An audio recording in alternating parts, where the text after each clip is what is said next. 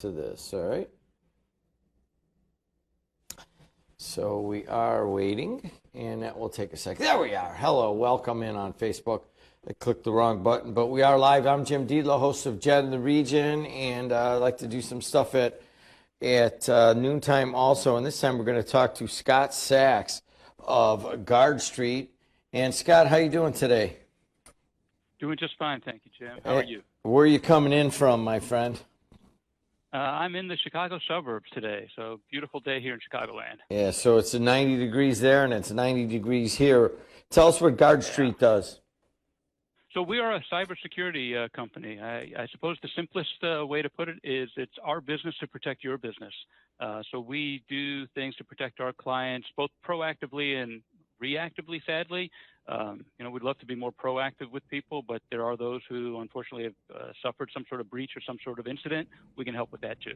All right, so let's talk about the proactive. You got it's a noontime. People are on break right now from working, and they want to know how to keep themselves safe. How do they get a hold of you? What kind of services would you start with?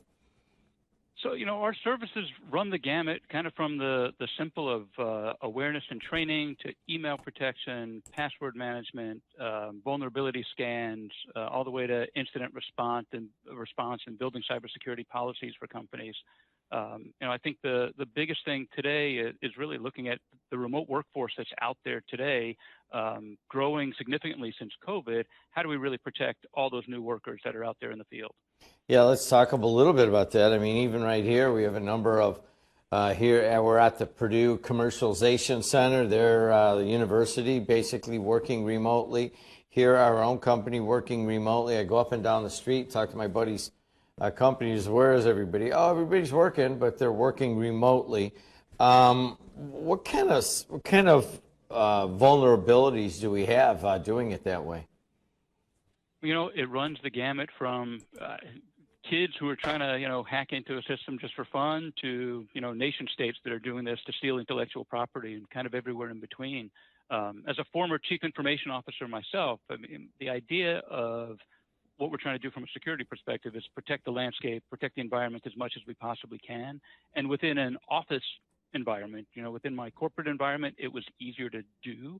As more and more people go remote, I mean, the risks run from, I don't know somebody's home network like I do my office network. How well protected are they? What are they connecting to? Who else might be in that house? Are they really adopting best practices for password management and things like that?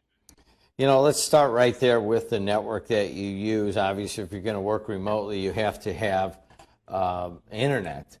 And I mean, all you got to do is log on in any kind of crowd, in any suburb, and you can look, and there's 7 or 8 networks. Some aren't even protected with a password. Let's start right there. If you're going to work remotely, what kind of internet should you have? Well, so look, if you're going to work remotely, I think even before that, what kind of password should you have? I think the company should have a policy around remote work. So what type of internet are you connecting to? Best is to not be wireless if you can. Can you plug in directly so you're not exposing yourself to those wireless signals? If you are, is it your home network? Is your router protected? Is there a firewall in place? If none of those are in play, or maybe if all of those are still in play, can we use a VPN to connect to the workspace? But that all depends on, am I connecting back to a corporate office? Am I connecting to something in the cloud? I think it really goes at the base to company policy, employee training, password protection, and environment protection as much as we can. So if you do have a company and say you got 25 employees, all of a sudden you're going to put 10 or 15 remote, where do you start? Well, the good news is, internet has gotten inexpensive and fast, so it's almost too easy to have people at home being remote. I think, again, COVID kind of forced us into doing things very, very, very quickly. But now that we're, settling into what this new reality is looking like, it's giving IT managers, security managers time to really build up the policies that needed to be in place, from shifting quickly to a remote workforce to a long-term remote workforce. So making sure that the computers that employees are using are either company-owned or managed in some way through an endpoint manager to make sure that they're up to date with software, with patches from the operating system, Microsoft, whoever you're using, that there's antivirus and anti-malware running on there. We really want to make sure that these remote users, with whatever device they're using, are following the same policies and procedures at home as they would within the office. And that's very challenging for an IT manager or an IT staff that might have been much smaller, looking at in-house versus out-of-house. Yeah, I guess what you're talking about is are you doing short-term remote work, or is there the possibility of long-term remote work? Short-term remote work, hey, just do it off your laptop. Let's work on this. Do a few tasks. You might not even be on more than a few hours. Then all of a sudden you're like, wow, this starts to work. Does the company think about, all right, yeah, let's get a more secure, let's get a more secure set of laptops. Let's get our own network, our own VPN. So, I mean, how do you determine when you're, where's the cutoff, the short term, long term? So it's actually, from a best practices security perspective, there's no difference. The minute you're connected to the internet, you've got to be thinking about security, because it doesn't matter if you're doing one task and it was just that one quick thing. I'm on the road. I stopped because a client has called. They need something. I found Wi-Fi at a coffee shop. I'm going to connect. You're at just as much risk whether you're doing that quick email as you are if you're doing something long term. So from again, best practices perspective, the moment you've set somebody up remote or given them the capabilities to do some type of work remote, that's when we should be thinking about protection. That very first connection to the internet is where your vulnerability is. We're talking to Scott Sachs, and Scott is with Guard Street. From time to time, we'll talk to Vince Mazza. He is the CEO. Scott, what's your exact title there at Guard Street? So my title is Chief Relationship Officer. I'm in charge of the relationships from vendors and clients, service providers, kind of making sure that we're running the best practices across that whole spectrum. So obviously, it's very important right now to keep yourself safe, especially many of you that might be watching or listening that are working at home now. All right, so in terms of, let's just pick, there's so many different parts to this, Scott. Let's just pick one. Let's just pick email, or no, better yet, Perfect. Let's start with email. Somebody says, all right, we really haven't used email that much, a little bit here and then, and all of a sudden everybody's just glommed onto it because they're all discussing things together. Give us a couple tips in that regard. So, email is the easiest way for people to interact with your company, your organization. So making sure, email systems are protected, so they should be running the most up-to-date hardware and software, the most relevant patches.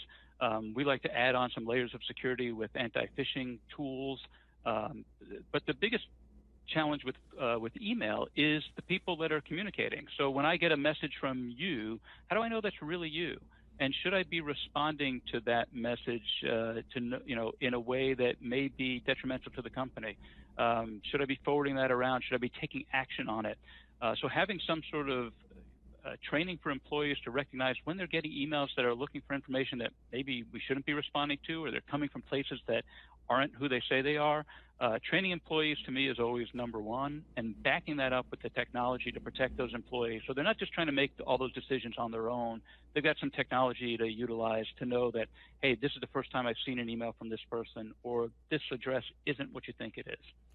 You bring up a good word. You didn't use it in the context that Vince did last time we talked to him, when he kind of dropped the bomb on all of us on this digital pandemic virus that he foresees possibly. But one of the things you did talk about was backing up your data. Even though you're working remotely, everybody's out there sharing all their data. You kind of want to keep it somewhere, correct? Oh, absolutely. And not only do you want to back up your data, you need to validate and verify those backups too. So, sadly, we are seeing a rise in ransomware attacks to businesses, hospitals, and other organizations. So if your data isn't backed up, sometimes you're unfortunately stuck with trying to have to pay that ransom. But beyond the cybersecurity risks, backups are always a good idea. Physical threats and logical threats alike can cause you to have to go to a backup for some reason.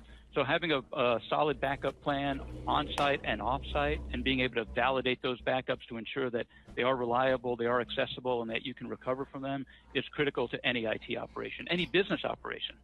Talking about to Scott Sachs with Guard Street. Obviously, that's where you want to start if you have any questions or you want to build your own cybersecurity.